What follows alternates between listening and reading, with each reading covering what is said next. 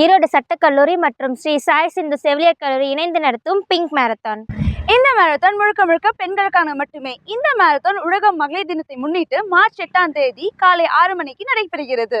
இந்த மேரத்தான் எங்க நடக்க போகுதுன்னா ஸ்ரீ சாய் சிந்து நர்சிங் காலேஜ்ல நடக்க போகுது. இந்த மேரத்தான் எதுக்காக நடத்துறாங்கன்னா HPV புற்றுநோய் தடுப்பூசி விழிப்புணர்வுக்காக நடத்துறாங்க. இந்த தடுப்பூசி எதற்குன்னா சர்விக் கேன்சர் ப்ரிவென்ட் பண்றதுக்கு, அதாவது கர்ப்பப்பை புற்றுநோயை தடுப்பதற்காக இந்த வேக்சின் போடப்படுகிறது.